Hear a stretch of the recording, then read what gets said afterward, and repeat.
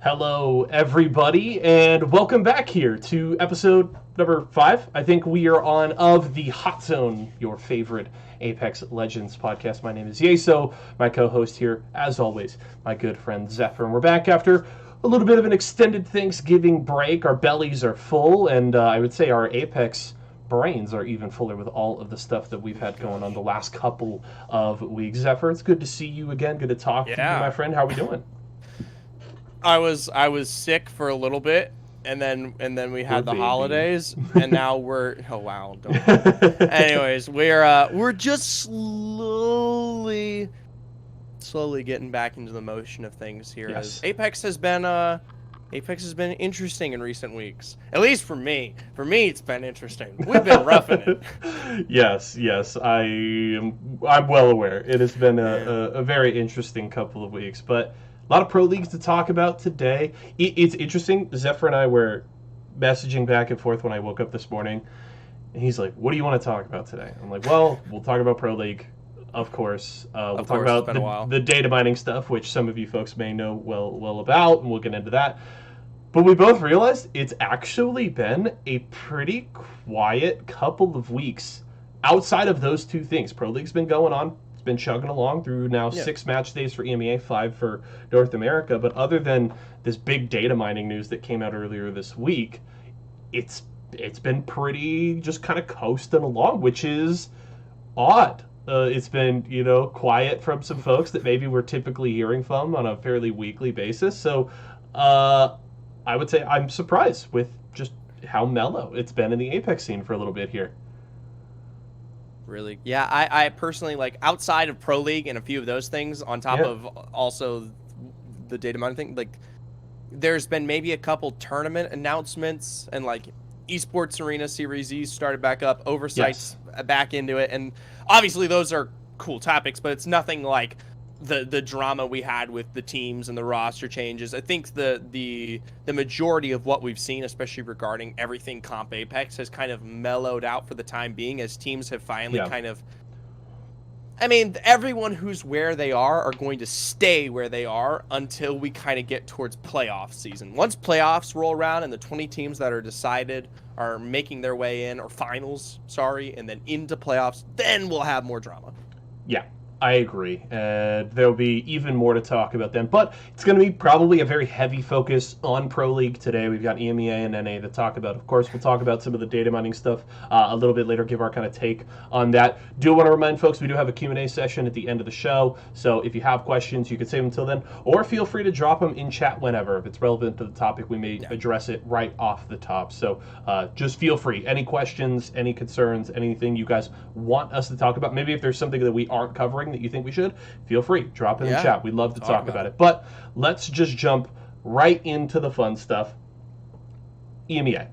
6 match days done. Of course, the last one just finished up here in the last 10 to 15 minutes. And it saw some very important moves, as I'll actually bring up those standings for everybody. We can look at the top 9 currently in EMEA. And of course, Aurora just finished up a first place finish here on the 6th match day. And the big thing jumping out to me, because I went and looked at the standings last night, and I've been keeping tabs on everything as the weeks have gone on, and we came into this morning with 5 of the top 9 teams as of last night's standings that had only played 3 match days. So if you're a traditional sports fan, that is, these teams had a game in hand. We'll get to that. That's looking pretty good. That's looking pretty good, Zephyr. Pretty close.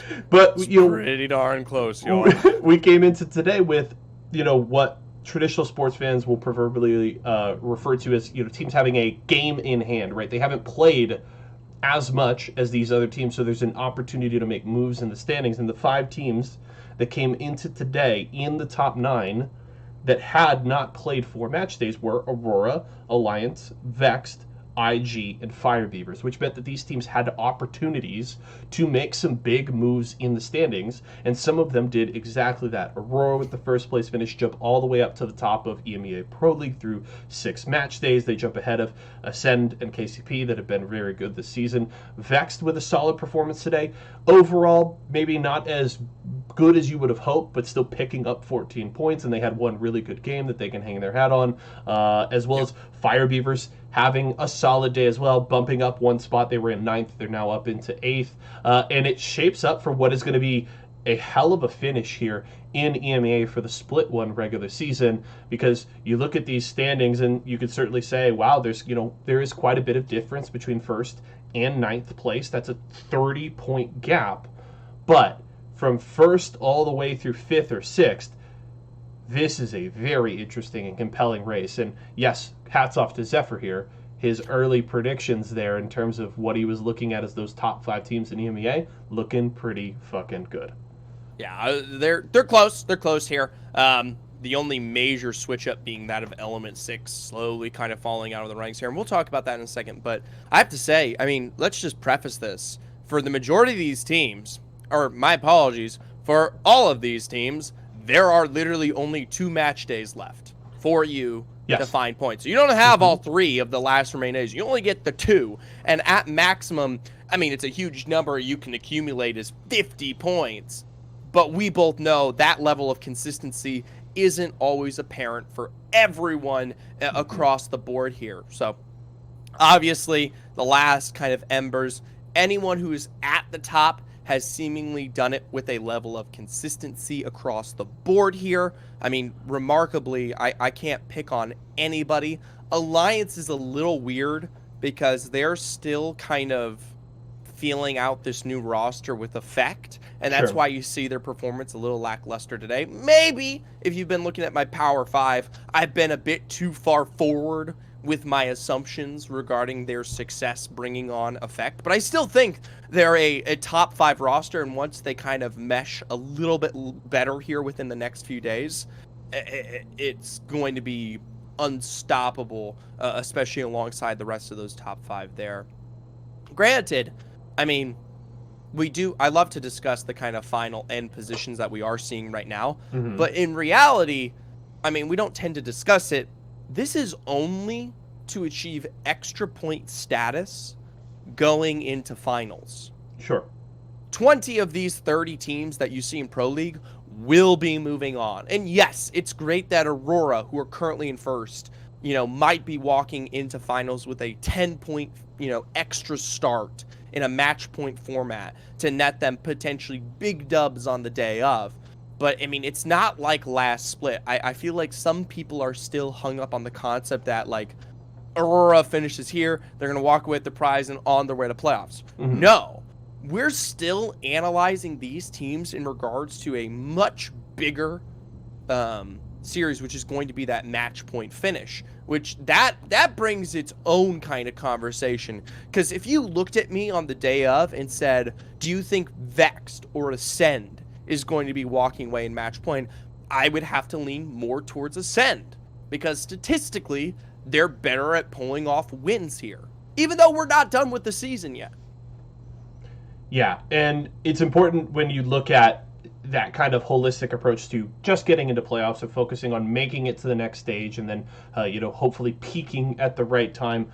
When you're looking at the standings overall, the kind of thresholds that you want to pay attention to is if you are looking to really make that push and get those extra points, that top 9 threshold after the full 9 days of match play is likely going to sit somewhere around 65 to 68 points to get inside of that top 9. Yep. If you're just looking to get inside the top 20, your eyes are on about 48 points. If you're at 48 points to maybe 52, you should likely be feeling pretty safe that you are above that playoff threshold. So that is what these teams need to focus on these last 2 match days. So FUT Esports, they're at 38. So are Element 6. So they're in a solid spot with 2 match days to go to get in. But they need to make sure that they finish strong. They don't necessarily have to come in and get that big 25-point first place performance, but they need to be focused on finishing inside of the top 10, having some match days, especially because these are teams that, as you mentioned, right, are struggling more than folks would have expected them to, and they want to, at the very least, come into playoffs with a bit of momentum behind them. If they just barely scrape in, you're not going to be in as confident of a position going into that stage. And who knows, you could certainly have a mediocre regular season, just scrape into playoffs, and then have that big pop off at the right time. But if you're really looking to succeed this split, you want to start building that foundation now, and these last 2 match days are going to be very important. One team that I really want to bring up, and I have to because the little egg on my face on this one, I was on the Scars hype train going into the season. I was buying in on what we've seen from this team before. They have not delivered so far. 24 points. They had one good match day. They showed up very strong on their second day of performance, match day 3, picked up 18 points there. But other than that, 4 points on match day 2, and then back-to-back 1-point performances from Scars in their last 2 match days. This team has not performed to expectations by any stretch of the imagination, and they have quite a bit of ground to make up if they even want to sniff playoffs right now. This team has not been good. I think in a point sense, I mean, we both can see clearly that they're only maybe going to be 16 to 20 points behind where they need to be in that 22nd spot, right, for a chance to play within the upcoming playoffs. But if we're looking at it holistically from the perspective of let's look at Scars as a team, how they've been playing between the 3, they are so lost. They I mean, genuinely don't have a strong identity.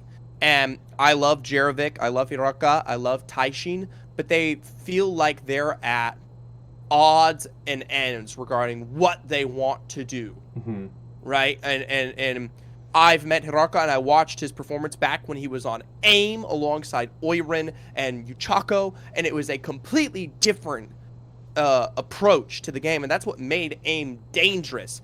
And it feels like between Jerovic, who has a lot less experience within Pro League and going up some of these teams, and then Taishin, who's in a completely different style of play compared to what Hiraka and what they're trying to direct and do. It just doesn't seem like this roster is going to get their footing in time to be a competitor within playoffs, and that definitely makes me sad here. I do want to touch, by the way, to touch on some specific things to take note of regarding these individual match days, because usually we have like the time to be like, okay, here's how today went specifically. That's a very overall standing that we just showed you. We've missed out on literally what? I think we missed out the last two match days, I would say, because we finished off. Yeah, okay. So since we did an episode? Yeah. 2 or 3, I think. I think we did catch day 4 with Gaiman, right? Gaiman comes down on top, haven't been able to replicate it. The day that I want to make sure that no one forgets moving forward, because it is the most impactful day across all regions, was day 5, Ascend. You guys have heard it now already. It's been a week out there. They're the only team across any region in Apex Legends to literally assume a triple point finish this split. They're the only team in all 5 regions to do so in a single match day. I haven't checked the recent standings of APAC South and North from this weekend, but I'm willing to bet you that they are still the only team to finish off in that level of dominance. A 6-game top 5 finishes, and 4 of those being a first place finish.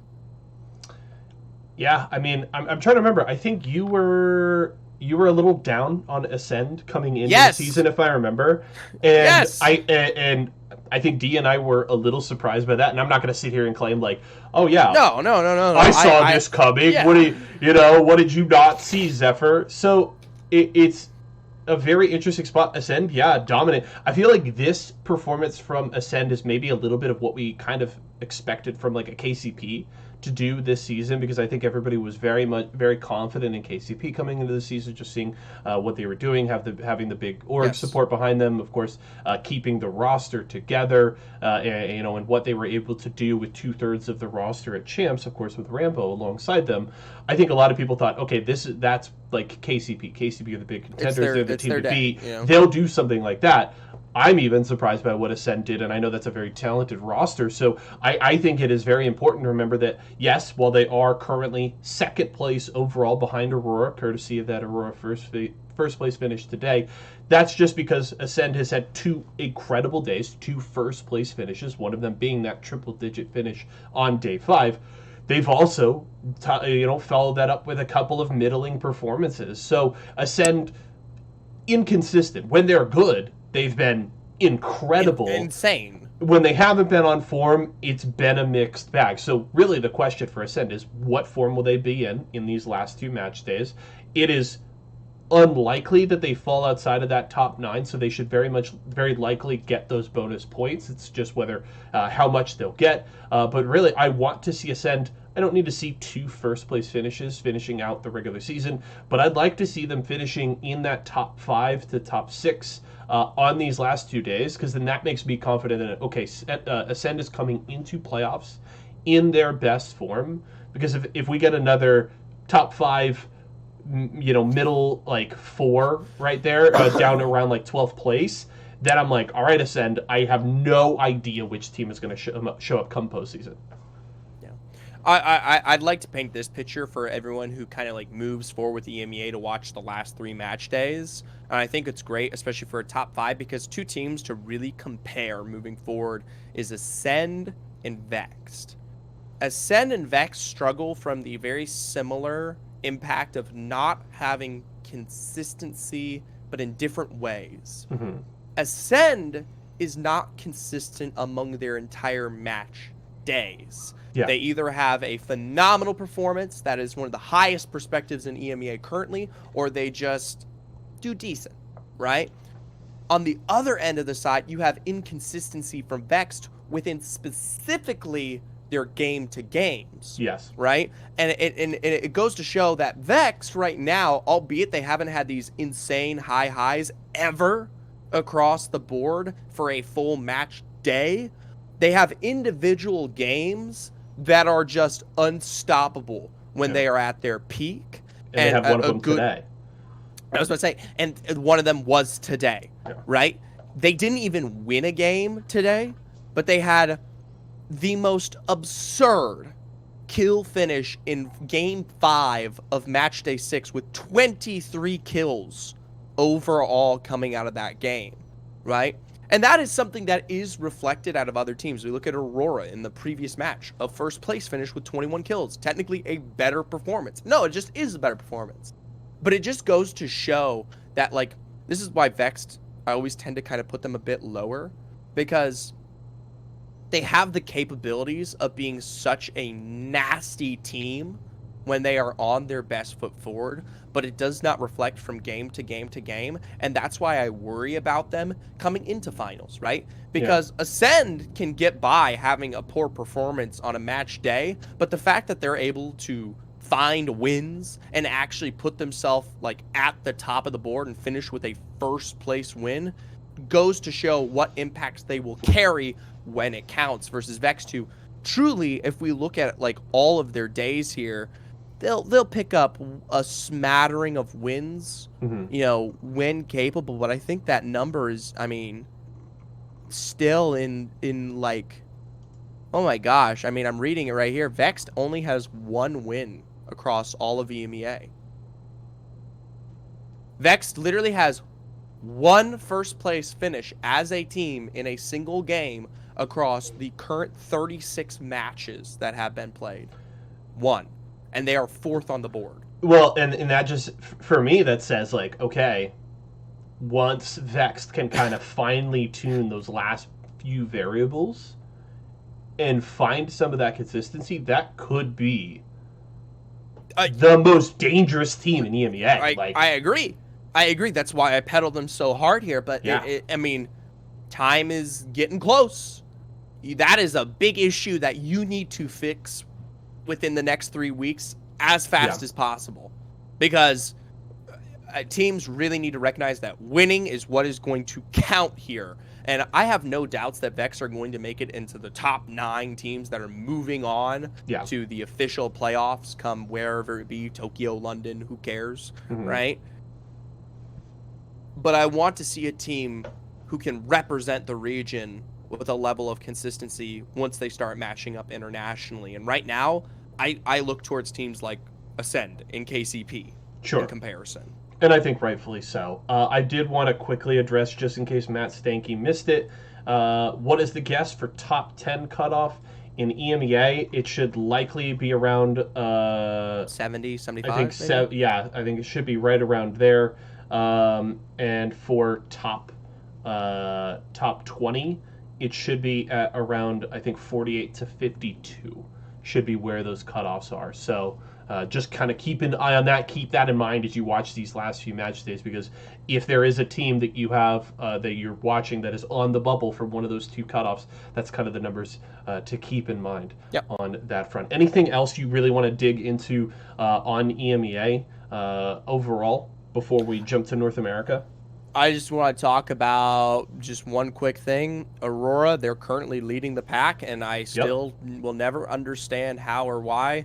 That team just comes out on the days that counts. They absolutely run shit forward first, beat the fuck out of all these other teams, and they do it in such a nasty, inconsistent way, and it scares me, and they don't play to meta. And every single time I talk to the actual EMEA players, they always tell me that Aurora is filled with a bunch of shitters that are just... How can you predict Aurora? Like, I'll tell you right now, so many of the EMEA players are always so frustrated with Aurora every time I talk to them, because they're like, they just ape. They just full send it, and they just fucking ape. And then it's a play style that literally only works out for them, apparently. And it has been shown here. It has been shown when they were Team Empire. It has been shown when they were major pushers. And it's like, to this day, it is a nut I have not been able to crack or solve, but it works for them, and I'm not going to question it anymore. Do I think they're going to finish first? I don't know, but I wouldn't be surprised. I mean, they had one of the best single games we've seen across EMEA or North America all season today. Game 4. First place with 21 kills. Absolutely popped off. They finished, and they finished very strong today, right? First half was all right. They had that 5th place finish with 7 kills, but they had an 8th place, no kills, 15th place, no kills. So they really weren't getting anything done early, but they hit that game 4 and then finished strong. 2nd place with 5 kills in game 5, 8 kills, and a 7th place finish at the end to finish atop today's lobby. And I've definitely got my eyes on Aurora to see if they can kind of keep this rolling through the end of the season. You never know what happens going into playoffs if they can keep that rolling. But at the very least, Aurora are a very compelling story in EMEA, at the very least, getting ready for playoffs here in about a month's time. So I'm looking forward to that. We're going to swap over to North America as I... By the way, I'm definitely everyone's coming in. I want to say hi to you guys, so hi. If you've come in and said hello, Zephyr, in the last like 20-30 minutes, hello. And also, Luca, thank you for the subscription. There you go. Shout out to Luca. Much love there. Jumping into North America. I'm going to swap this for you. I was about to say, I was like, is that... Gotcha. Guys, jumping in North America, Aurora at the top. Wow, they're beating up 2 regions. That's crazy. The first thing I have to do here is I have to eat crow on my Liquid prediction going into the season. I have to admit that I was very off base with Liquid. I think for me it was leaning on, like, I felt like Gilderson's was a big part of the previous success. And I think Gilderson's was the best part of that previous iteration of Liquid. Gilderson's then left and found very good success with NRG, and I was not impressed with a lot of things with Liquid over the offseason. I just wasn't buying what I was seeing. I was wrong. Liquid's been really fucking good. They won their most recent match day. They started the season really solid. They were really good in the first night of Esports Arena Pro Night last night for Series E. So 100% completely wrong. I totally fumbled the bag on the Team Liquid prediction, and they are the real deal, period. So to give you credit though, and say where we all at least fumble the bad as well. Energy, tough. Yeah, they've definitely been middling. They have not carried because I think we were rightfully we were all eating a train. lot more energy. Well, and rightfully so. So there you go. Yeah. They were winning everything coming into the season. They had dominated a ton of Series E Pro Nights. They were the best team, bar none, in Oversight. They were looking so good. The Gilderson's pickup was looking like the singular best move of the offseason across the world in Apex Legends. And it was just like, damn, it's like, for us, it was NRG, and then everybody else was fighting for second place. They have not been able to translate that into Pro League. Nope. And I think it's certainly, you can always mention that, like, hey, it's a different bag of worms, even with the same 20 teams, right? Yeah. You could put the same 20 teams in a Series E lobby or an Oversight lobby. It is not going to be the same as Pro League. And we understand that, but the consistency that we had seen from NRG and just how dominant they had been felt like even if that level dropped a little bit coming into Pro League because of that level up in competition, it would still be good enough to be at the top of the table on a consistent basis. And granted, they are in the top 7 and they have been okay, but this is not what we expected from them. No. I do want to make short mention because it is obvious due to the timing of today and when our podcast takes place. For those of you who are looking at these and going, well, that's not particularly correct if you're kind of vying at this a little bit beforehand, the match day 6 hasn't been played. Yes, that happens tonight. That happens tonight. And I, without a doubt, I look at this and I look at it in a very different viewpoint because teams like TSM are still vying for a placement above TL and could still be the best team currently in North America, which that's a conversation to have. Do you think TSM or TL is better, right? I mean, we'll maybe jump into that. But even things like Luminosity in esports arena, right? After today's matches, they are guaranteed to be in the top 4. They're literally sitting like this many points behind, usurping Dark Zero and Complexity. Right? And I think that's an interesting picture to paint because it shows that this isn't as completely accurate as it should be. Because, like, Complexity, they had a rough previous match day, and they've had some rough weeks as a whole here. At least I talked about them not really being shining kind of stars with a level of consistency that always keeps them up there. For the last week and week and a half, they have just not been replicating that kind of same success pretty much anywhere. Not just here in Pro League, but obviously back when I was over on Oversight this recent Friday, as well as a few other tournaments. And it's like, it's just interesting because there are definitely some teams that I look at, especially like Luminosity, right? Who are really beginning to ramp as we start to come through at the end of this season.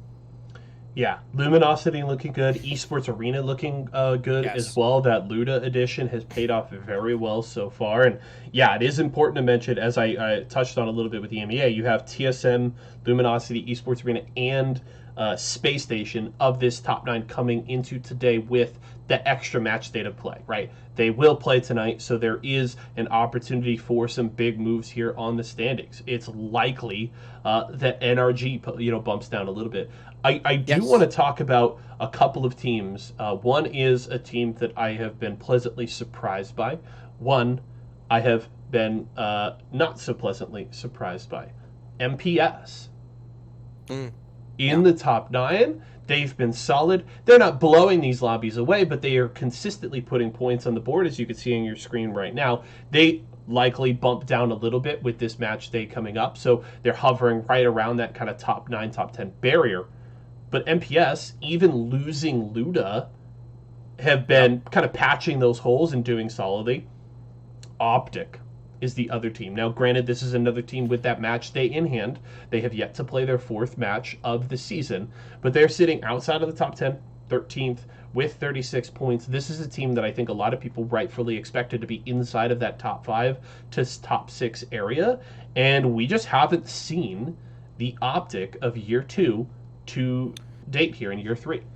I think Optic was more well adjusted to the meta pre-champs Yeah. than any other team, and it's very clear to me that they haven't been able to replicate what is successful currently right now. Yeah. And I mean, we're talking about, we go back to pre-champs, and there was a very still strong macro-oriented zone play. Gibraltar, Gibby as these big picks, Skittle Cake there, right? And it's like, that obviously has not been effective, and it has now shown to be outdated. And while they still have a lot of the information that can keep them competitive, it's adjusting to the tempo more than anything of all these other teams. I don't like calling this like the ape meta, but sometimes that's kind of what it feels like. You need to have a skill set that can define you, whether you're forced to be out there playing edge, ramping against teams, or holding on for dear life in zone, which is obviously something Optic have shown they can do. But it's the other one that I am still hesitant. I think they are adjusting, though. It's clear to me that they are slowly working their way back into this. And while I don't think at the end of North America we will be seeing this team top, like, we might see them the cusp of like top 9 with maybe an extra match day point or 2. It's going to be that final, right? When we get into the match point format, right? Where that's the last potential moment for them. And if they keep it up, everything that we've discussed regarding their current performance, it won't matter, right? They'll be right back into it just before playoffs. True. But I think then the questions are going to come up, will we see a repeat of their finals performance from Champs? Oh my gosh, yeah. Because that's the other thing, is you have to remember that Optic laid a fucking egg in the finals at Champs. And this was crazy still, too. Crazy. This was still in a day when the meta that they helped define alongside Sentinels was still on board, right? Furia was just starting to set the beginnings of the ape meta with the Seer Horizon composition, but Valkyrie Costa Gibby was still very much par for the course at Champs. It was right in Optic's wheelhouse, and they didn't show up on that day. Now, I don't think anybody should be going, they didn't perform that day, they won't ever perform in finals. But I think people should rightfully be like, will they have another performance like that? I think that is a justifiable question to ask. I am happy to see that. I do agree with you. I think they are on the right track. They're starting to ramp up just a little bit. The question is will it be enough in time, as Zephyr is currently dying over there as he leans off screen. I also have to set the table for another team that I almost forgot to talk about, but I actually just mentioned them briefly. Furia. Oh my god. The team that this entire meta is the ape meta, at least. They weren't defining the meta in terms of like the Y4SO that EMEA has really brought to the forefront.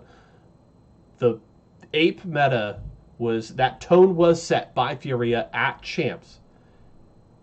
They are outside of the top 20. They sit in 25th in North America right now. Furia has been essentially invisible. They do, like Optic and a few other teams, have that extra match day upcoming. They play tonight. But Furia they have not been there. What's going on? Dude, that is fucking crazy.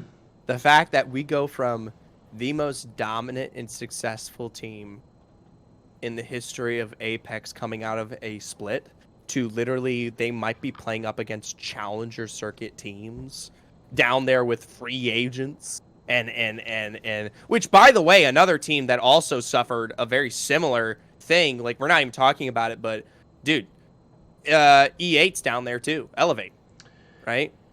Yeah. Different. Like, it's not Furia, but like that's also a team who is just at Champs who can't seemingly adjust to this meta, which is just so fucking crazy to me. But also, Elevate didn't go and light the world on fire at Champs in the way that Furia did. Like, I'm just saying, it's just a thing. They're not Furia. It's crazy. Crazy. I am surprised that Elevate is down that low because I think that's a solid team. I'm a big Presley fan. I have been for a long time. But I'm not nearly as surprised. And especially because I think nobody I don't know that anybody was putting Elevate in their top 5 to No. maybe top 8 in Pro League this split. I think almost nobody was putting Furia outside of their top 5 to top I think this split. I think it's crazy, and you know what? It goes back to what I said at the beginning. They're just waiting, right? Right? They're waiting for when it counts, you know, and then they activate and they rewrite the meta again. Yes, Magenta. Oh that yes, is, that is Draken on my. I also will say that's actually something that I do find interesting. Michael brings it up in chat. His Watson's ban took a toll on him. Sure. This is an interesting, just a thought process to maybe kind of go down the train of, and it's obviously speculation and stuff, but a lot of what started from Furia, because first of all, Furia did not look bad by any means in the off season. No. Right? We come into Oversight in many of these other tournaments, and they are decent. Mm-hmm. Maybe not as dominant, but definitely someone that everyone was like, okay, top 5. It was right around the time period that we see his Watson kicked away and some of the controversy that occurs regarding the whole hacking stupid fucking shit, right? Yeah. Apex, We're not going to get fucking, into who cares? that bit. Who cares? Same as usual, right? I wonder, because clearly if you follow his Watson, there has been a lack of desire, I would say, regarding Apex and grinding it out with the same level of fervor that we saw from him towards the end of that split too. And I'm just curious if his opinion regarding Apex, EA, Respawn, whatever right now has any impacts regarding his gameplay and how seriously he is taking Apex. Which, I mean, like I said, it's speculation. I'm talking about emotional mental states, which is the least productive thing in the fucking world when it comes to being a caster. Yeah. But it is something. I mean, you can't talk about the fact that Watson's been pretty much dead silent in comparison to where he was beforehand. Yeah, I agree. I want to pose a little thought experiment around. I love these. It's comparing Furia to Optic in the way that Optic were one of the teams that set the meta on the forefront Originally. of the Gibby Split Caustic one. Valkyrie meta Right. last year. Furia, in a similar vein, set the meta with the Seer Horizon composition at Champs and coming into this year. Now, Optic didn't just set the meta, though. They were also one of the best teams in that meta. They were so good at playing that style. They're good. Do you think that Furia is not in that same vein? While they were able to set the meta, they are not nearly as good at playing that style because Optic did it, everybody else started playing it, and Optic was still one of the best teams around. Furia did it. It seems like a lot of folks have caught up and passed them significantly. Where are you kind of at on that comparison? It's weird because we have to also set the precedent with what these metas mean regarding how to succeed within them. Sure. Because being good at the macro zone control dominant call out meta that Optic was good at, right, the Gibby, etc. Being good at that meant that you were decisively always going to be on the top. In the current Ape-esque, Seer Horizon meta, teams just weren't aggressive enough in catering to the tempo came Champs, right? And Furia were the only ones to do that. Now that everyone else has done it, that meta is so volatile at all times. Being the best, even as a team who can take 3v3s, which I mean, I had the pleasure of seeing it from Furia here in Oversight. They had a fantastic game that showed that, yes, in a very stable scenario, when it's just kind of them and another team, they dominantly will kick ass and they move on and they finish 3rd this week in Oversight. Right? And obviously that's a little bit of a step down from the quality of Pro League and the obviously the precedent set there. Still a high quality lobby. It goes to show that Furia definitely has the capabilities. It's just that they are far from understanding it in a level of consistency like Optic did with their lead, right? to them, it's just being the better team, the better 3v3 mechanical skill players, right? Whereas you see TL and TSM and how they can replicate their success and understand the impacts of those around them to consistently be at the top of that board, right? So if I could, I mean, it feels like it has to be very controlled situations for Furia to be on top right now, right? And the control for them during Champs was the fact that they were the only people doing it, right? That's no longer the case. The fact that they have to match up time and time again in a similar strategy, and now they're no longer evolving past that, means that I just genuinely don't think that they can keep up, even if they are skilled. And would you say then that just the style that Optic played compared to the style that Fury has played in these metas, Optics was more replicable, easier to do on a repeatable basis, whereas that volatility that you mentioned of this kind of style is so difficult to pin down and do on a consistent basis just due to the nature of that kind of play and that kind of style? I think for Furia it's hard to do. I think for other teams it's not. Okay. Furia's saving grace was the fact that they gave no one any information coming into Champs and were able to do something unprecedented. They broke the meta. They broke the meta. I like Queasy's point. The fact that everyone now knows Furia, is keeping track of them, understands just either their rotations, their tempo, their timing, and just their general play style, it just shows the crux of their weakness. And it's so much more apparent compared to when no one had any fucking clue going into internationals, and that's what they thrived off of. Being good as Optic, you don't need to know, anything more. They just play their style. It works out, right? I hear you there. Anything else that you really want to hit on for North America? For North America. Other than Dark Zero petering off a little bit, Complexity petering off a little bit. I don't think they're not dropping out of the top 10 anytime soon, but it's definitely interesting to see, trying to see if there's anyone else who really particularly stands out to me. There's a lot. The big problem is there's a lot of this that's about to shift really aggressively after today's match days. Yeah. We might see, we'll come back next week and we might be talking about Season literally in the top 4 or something. Which is totally possible. Let's touch on Season briefly.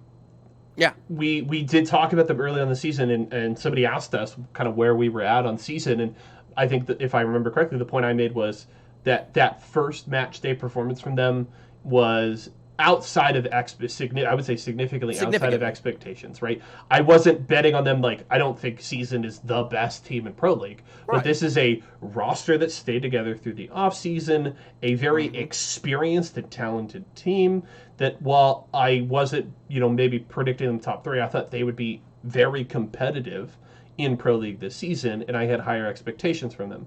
They significantly bounced back from that. They looked really, really good on match days 3 and 4. Yes. And then they have an opportunity again today to make that big jump. And they're sitting right outside that top 9, right there, 2 points behind SSG.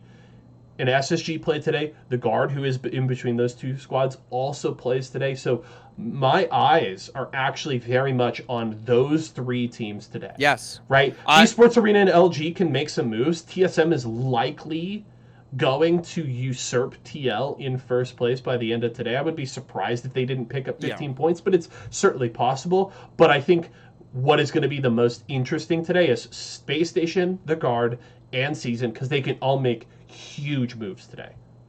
I agree. I mean, it's weird for me to say this because, part of me, I care, obviously, about the positionings for some of these teams as we work our way into the final 9 match days. But I also am really starting to analyze this from a much more of a consistency match point format. Finals are on their way. And I don't care if you like it or not, you're going to have to adjust and you're going to have to be playing that one out. Sure. And so, obviously I'm watching for the shift from MPS, SSG, and guard, but I really want to see them start to breach that kind of play style and find a path towards their success, which is, that's what's going to net them their prizing coming out of this split. It's not going to be these standings. Yep. So, kind of what I was saying with EMEA. Yep. I'm right there with you. Let's talk data mining. Yeah, let's really quickly. So, what do you even want to talk about it? Do you have a TLDR for the folks that missed? Yeah, hit us with a TLDR if you missed this entire data mining controversy earlier this week. And that, I don't even know if that is the term that's been thrown around. I don't know if it is correct for what has been done, but just hit us with the term. It's the term. All right. So basically, all this we get a minor. The big kerfuffle literally happened like 2 or 3 days ago, and the thing that really draws it out is the fact that the concept of data mining officially gets called out in full force. Sure. Dropped, obviously, with a notable tweet on Twitter, and obviously what then leads into a huge stream that was in pairing of quote-unquote Raven 1v4ing individuals like Sweet, etc. Right?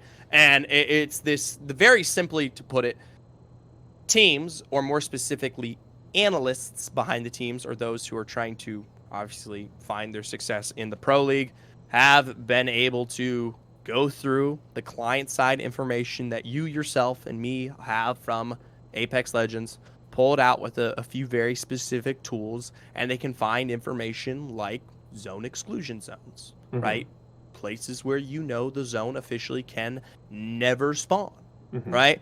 And this became a huge debacle, especially because what you see there from Magenta in chat, a few individuals like Sweet are very concerned regarding the legality of this, or whether or not it is allowed to be done in Pro League and within competitive play. Should you be allowed to finagle with the client-side information to have this information?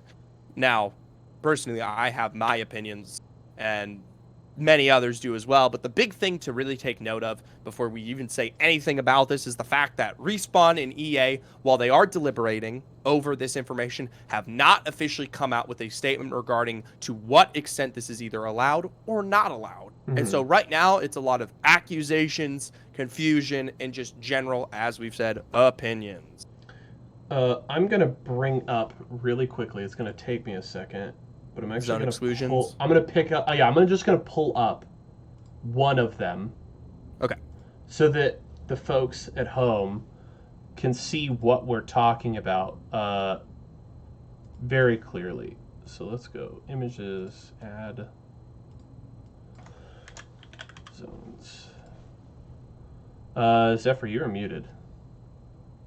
I really want to talk about Bozer's point in a second. Even if they disallow it and keep it client side, they have zero way to prevent it. That's such a huge point that people just it makes this whole thing so stupid, right? And it's just like, oh my god, I hate that specific aspect of this entire thing. Because at the end of the day, what we're objectively speaking about is the sharing and proliferation of information, right? And what makes information so hard to regulate and manage is it is literally something that it is something that exists inside the someone's of a brains, and it is practically impossible to manage. Even if you say it's not allowed, how the fuck would you ever know? How the hell would you ever be able to manage and understand that a team is abusing this?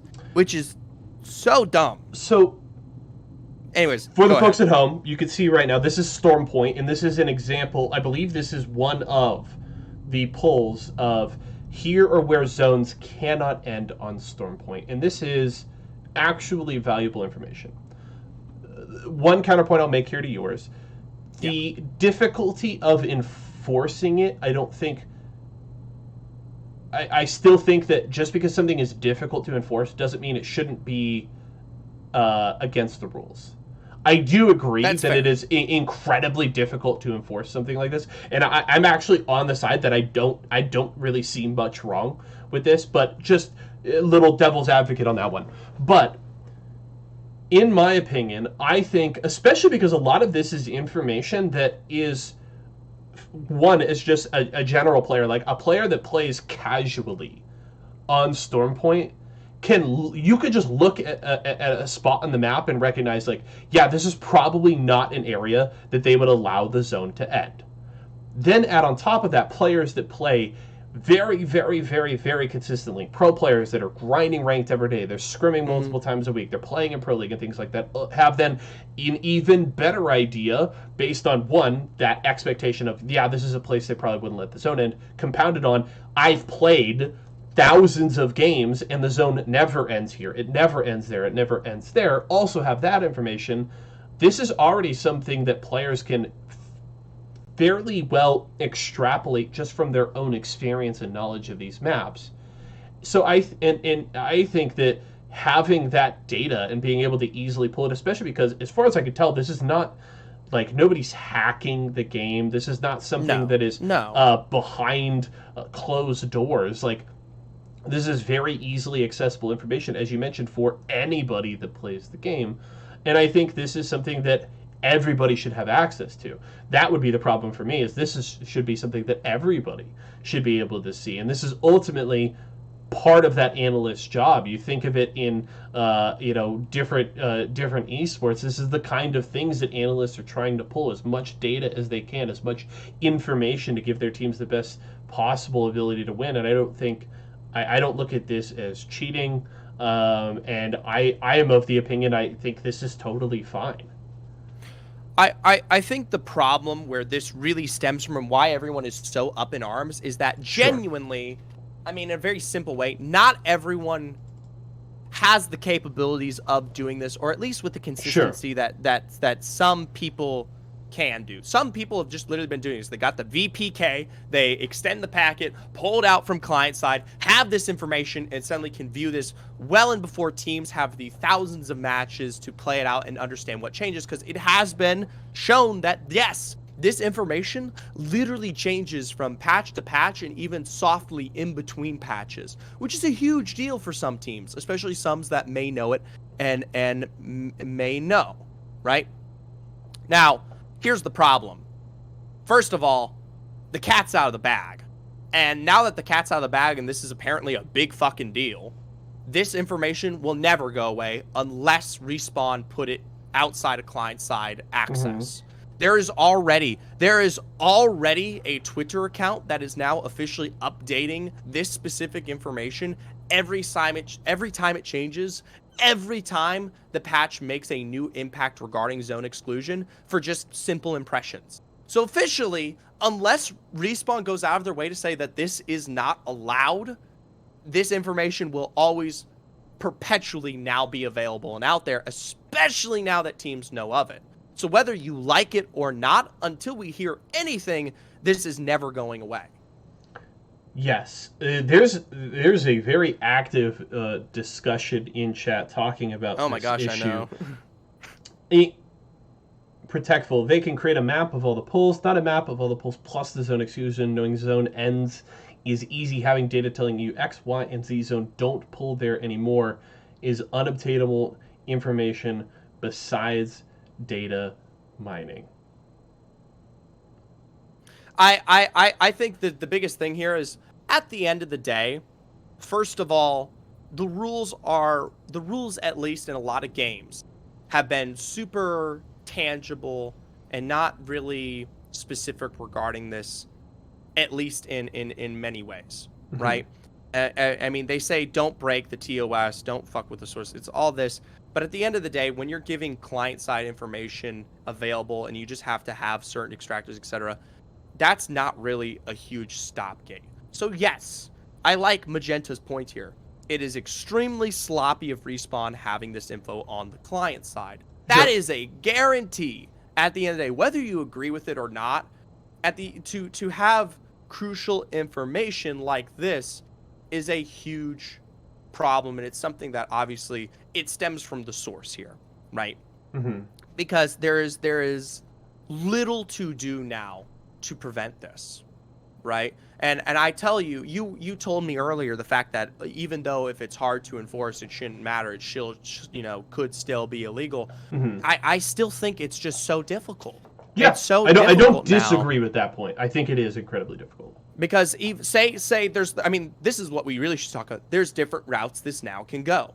The optimal route, in my personal opinion, is that Respawn realizes that they want this game to be structured off RNG, and understanding these kinds of zones comes from your experience as a player. And they take this information, they rip it, and throw it specifically into the source so that no one knows. Yeah. Right? And at that point, we go back to a very even footing for future zones, future changes, and this is no longer a problem. Yeah. Now, what we likely think is going to happen, or what could happen, is the fact that, one, this either stays client-side and Respawn says, nope, you should not have or do this, et cetera, et cetera, et cetera. If we catch you doing it, we will punish you. Or they're going to say, this stays client-side and we don't give a fuck, which then restructures what is a necessary requirement of analysts everywhere for every single team. Because if you don't have this map, you're already screwing up your players to begin with, competing in the multi-million-dollar competition. Yeah. Yeah, I think either of those, in terms of putting it, taking it off client side or letting it free, are acceptable, as long as, yeah, I agree with you. I would want this more publicly available. And granted, like some do, some don't, right? Yeah, I think ultimately I either want nobody to have it or everybody to have it, and that is ultimately a decision. In terms of nobody having it, is a decision that Respawn will make. Everybody having it will be Respawn, followed up by hopefully then the community making these things readily available, because I think it is important. Because I mean, you look at teams, right? Pro League is made up of teams that are, you know, hundreds of $million organizations like TSM, and then 3 dudes who paid somebody $100 to make them a logo, and they're a team and they're competing on the same field.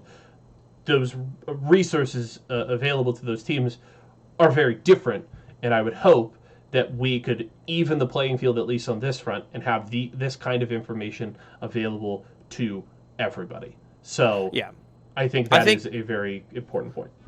Genome brought up something really good. The APAC Southcaster, for those of you who don't know, he was literally at Champs, etc. Anyways, notably for Genome, he brought up the fact that at the end of the day, if this information is to come out in full force, it is only for the betterment of the game. Yes, there are certain teams who get screwed over because they've been doing this to give them a leg up, and there are some teams that now are benefiting, right?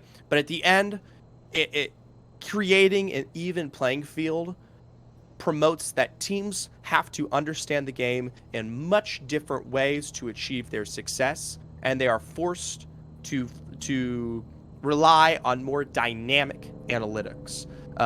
I will say there is one thing we aren't talking about. Everyone's getting really focused on zone exclusion maps. There is a lot to say about what else exists on client side that we don't know about, because zone exclusion was the big thing that everyone's focusing on. It's very likely that there are other things, right, that also exist regarding loot spawn rates, right, certain drops, etc. And that information is still technically hidden, and that could also be abused client side. But now people are definitely shutting their fucking mouths after what occurred here. I mean, hey, it reminds me of when TSM was complaining about the loot in Fragment right? East. Hal talking about, like, did this get nerfed? And Respawn coming out and saying no, and then like a month later coming out and being like, oh yeah, just kidding, we actually did. We actually nerfed it silently. Yeah. So, like, and there's certain teams, like if TSM had a dedicated, maybe client-side individual, maybe that information's out there, and they would learn this much sooner than other squads, and then suddenly you see them switching up their POIs for some reason, and they say it's because XYZ, but secretly it's because of XYZ. So I would just really hope that if there is something that is highly impactful regarding the RNG and playstyle of this game, that it is hopefully put somewhere in a much more lock and tight secured position, or that someone in the community, if you know it's ruled that it doesn't really fucking matter, starts really pumping this info out there. But granted, you know, that's a question in itself. Who knows? I think those are the two best solutions. Everybody has it or nobody has it. It's got to be one or the other, and we'll have to see what Respawn's reaction. I'll tell you this right now, though. Even with these maps, these pro players don't know shit. I watched Oversight, you know, And this was before the map scandal, and it was just hilarious to watch. I literally watched 16 teams call the wrong zone as I sat there and called out exactly where zone was going to go, and it was really depressing. So clearly no one's playing the game enough. Anyways, Zephyr, we can move on now. We need to play some ranked again soon. It has been too long, my friend. Yeah, we gotta get back on that grind. He says that because he loves having all this free information playing. It's unbeatable. That's why we're gonna just fry our rank games because I have these zone exclusion maps. We'll bring it back in here for the end of the show. Any questions that anybody has in chat, feel free to drop them in there now. Anything you guys want us to discuss before we wrap the show? Is there anything off the top of your heads, Zephyr, that you want to hit on before we get out of here? Obviously, what am I saying? Oversight started up.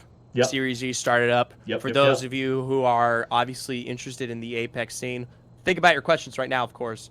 But it's a great place to support what still exists for North America.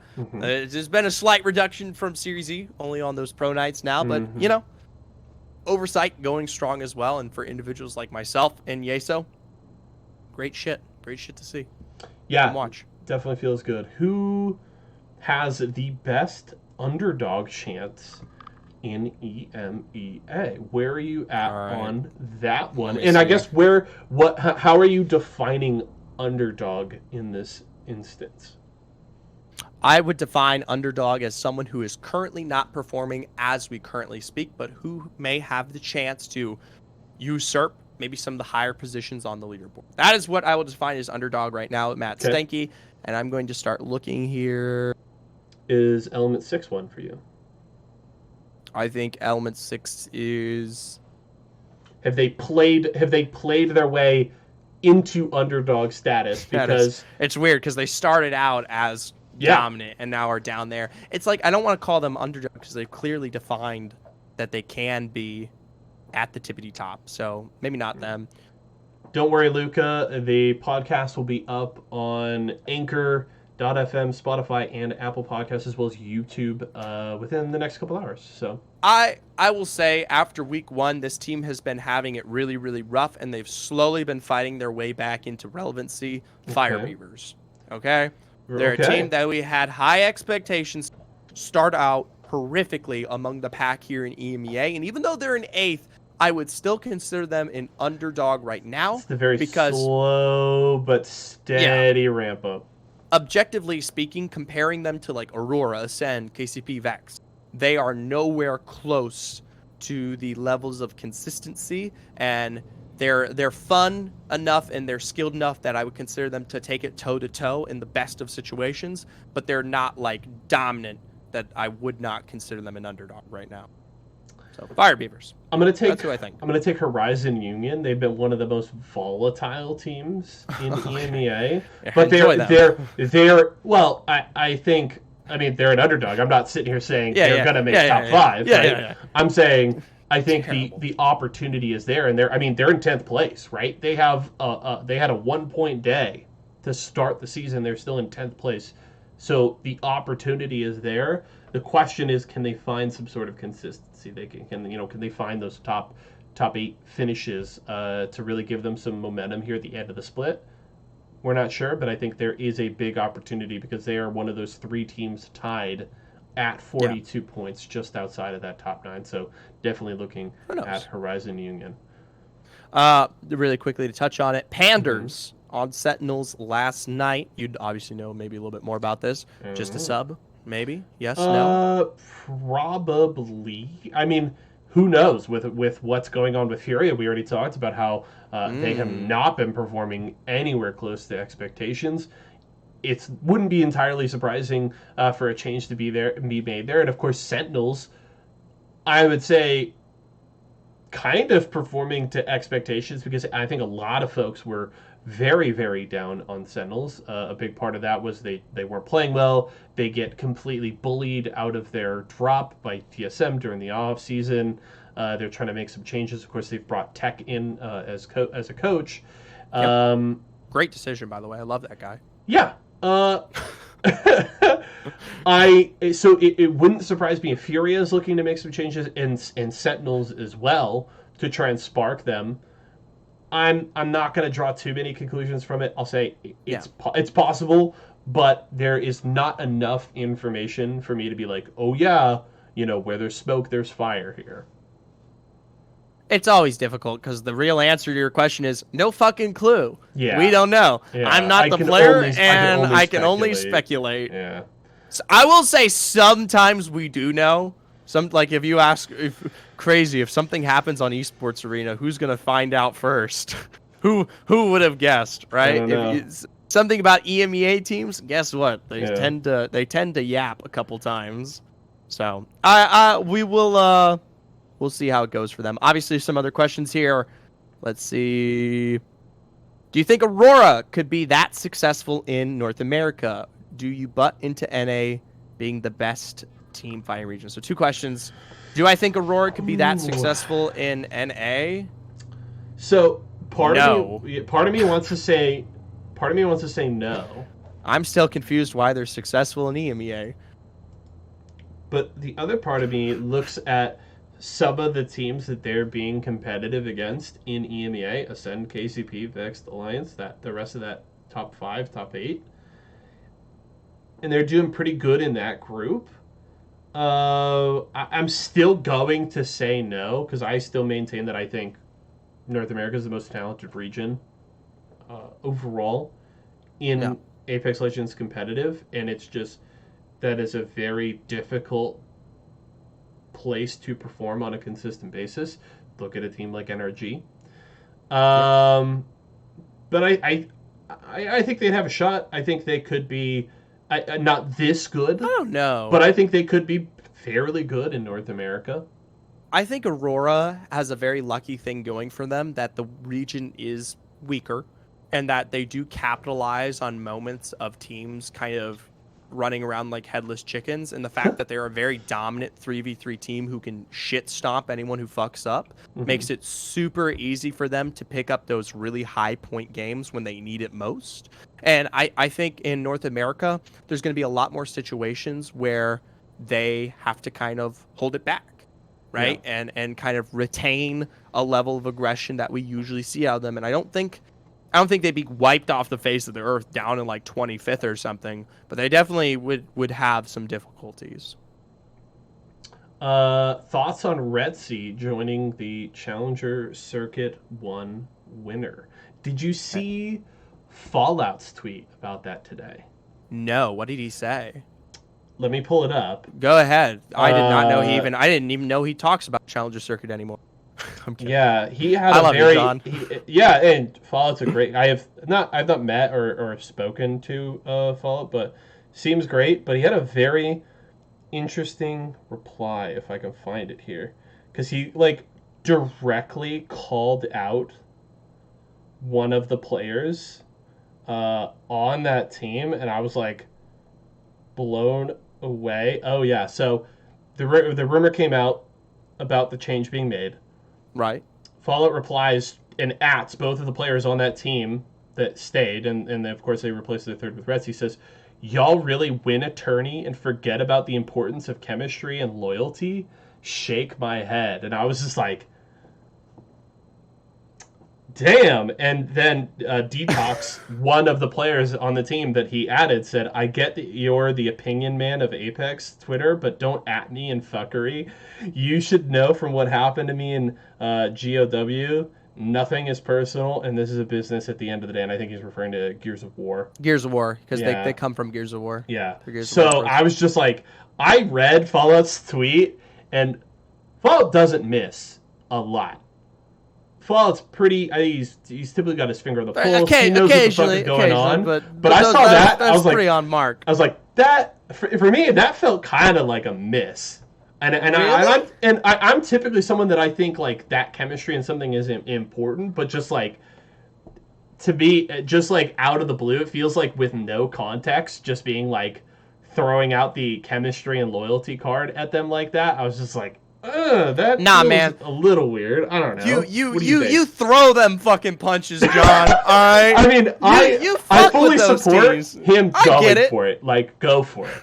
I'm all about that. I don't know that I necessarily agree without like context on the situation. I agree. There's always literally it could be anything. This is why like I never really give too much of a flying shit unless I know the players personally, like in EMEA, Sure.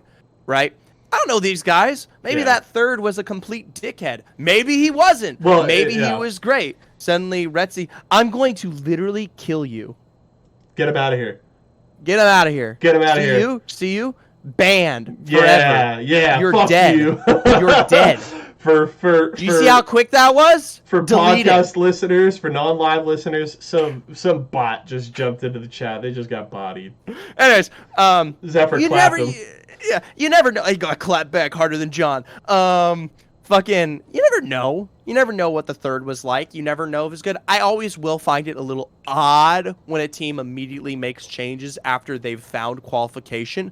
But let's be honest, with Challenger Circuit specifically, technically 22 teams are moving on for Pro League qualifiers. So it's not that difficult, especially even for that third. If he wants to jump back into it and get into it, he's got points. And he's definitely got the potential here in the next few weeks to make it happen. It's not easy, but there are 22 teams moving on. And I think it is a very different conversation in between Pro League qualifiers, in Pro League, and then in Challenger Circuit. I think those are three very different conversations. And when you're looking at a team just competing in Challenger Circuit already, their entire focus is on putting together the best roster and the best team available to get them into Pro League. Correct. And I think that is the place where drastic adjustments make the most sense. Now, granted, yes, it could crash and burn, right? It could be the complete wrong move. The original roster they had might be the best shot that they have. Still remains to be seen. But I think if in either of those three situations, the place where you want to be most active in terms of making those adjustments is a team that is already in Challenger Circuit trying to push for Pro League. Yeah. So I get it. Yeah. I mean, it is what it is. I will say, rubs me the wrong way, but as Michael's saying in chat, it's a business at the end of the day. Yeah, it is. It's a business. All right, one last question, I believe here. It was a little bit further above. Do you think there will be any roster changes before LAN, so playoffs? Me? Just based. That's like the worst time. Based on the numbers, sure. Like, will there be a roster move? Probably. Will there be a roster move that actually significantly either boosts or nerfs a team? I doubt it. I doubt that any roster move is going to happen that all of a sudden is going to change things big time going into playoffs. But like, just based on the numbers, yes, like a team will probably make a move, and I'm not going to. There's going to be something that happens. Yeah. Obviously, we come into the last few weeks of play. I assume the teams that are on their way to finals and on their way to the LAN are going to be probably keeping it consistent, especially as Kano brings up potential roster locks. But those of that who did not, who are on their way to Pro League qualifiers, probably, maybe. We may see it. It always happens. 30 teams. That's quite literally 90 potential players that might get changed out at any given point. Yeah. It is the most boring answer, but mathematically, yes, there's no one going to be a change. There's no one who particularly stands out to me right now that screams, oh, that guy's going. He's got right? That fucker's out of here. Right? I don't have a roster in my head that I think, maybe Sentinels. Who knows? Even that, they've been kind of bouncing back here recently, just like ever so slightly. So even them, I'm not. Anyways, I do want to make one quick shout out for those of you who haven't noticed on the Liquipedia. They're working really hard to update the structures behind Apex Legends. And now, especially if you take a look at Pro League and all the match days and stuff, they have official statistics. Map-based, overall-based, great statistics regarding placement averages, kills, total points, percentages. It is such a wealth of information that for me as a caster, I no longer have to cast and catch up on, but for them, a huge step forward, and it's only going to make the scene that much better. So props to the crew behind Liquipedia. I see Kano in chat. I know Luca was here, who had a huge chunk of work on that as well.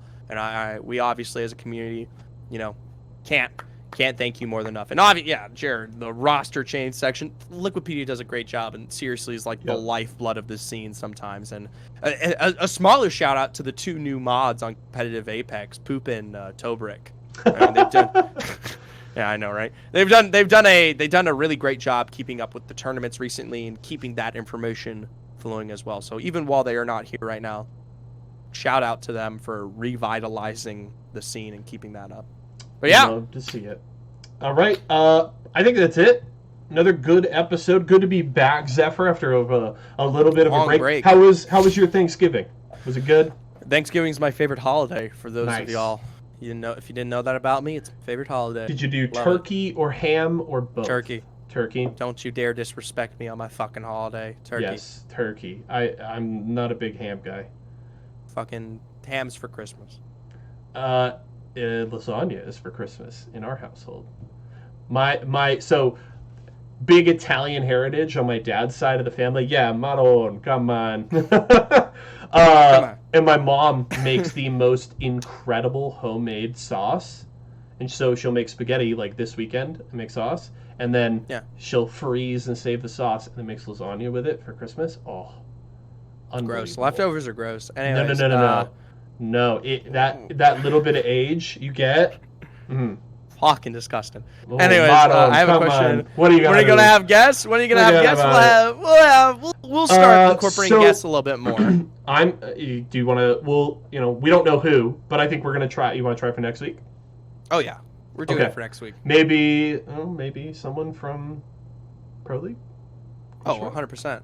Okay, we're gonna try for a guest next week then, folks. Keep an eye out. Zephyr and I will we'll let you know when we can line something up, but we'll shoot for one next week. Thanks so much for enjoying the episode. Again, if you missed us live, remember we're live every Thursday, 12:30 p.m. Pacific time over at twitch.tv/ZephyrCast. But if you missed the episode, you can check it out on my YouTube channel. Just search Y4SO on YouTube or search The Hot Zone on Apple Podcasts, Anchor.fm, as well as Spotify. All the episodes are up there. And I'm going to literally go work on trying to speed run uploading the episode right now so that I can head into the studio and do a Guilty Gear show. So have a wonderful rest of your day, everybody. Thank you so much for coming back and watching, and we'll see you next time here on The Hot Zone. Thank you, Busy.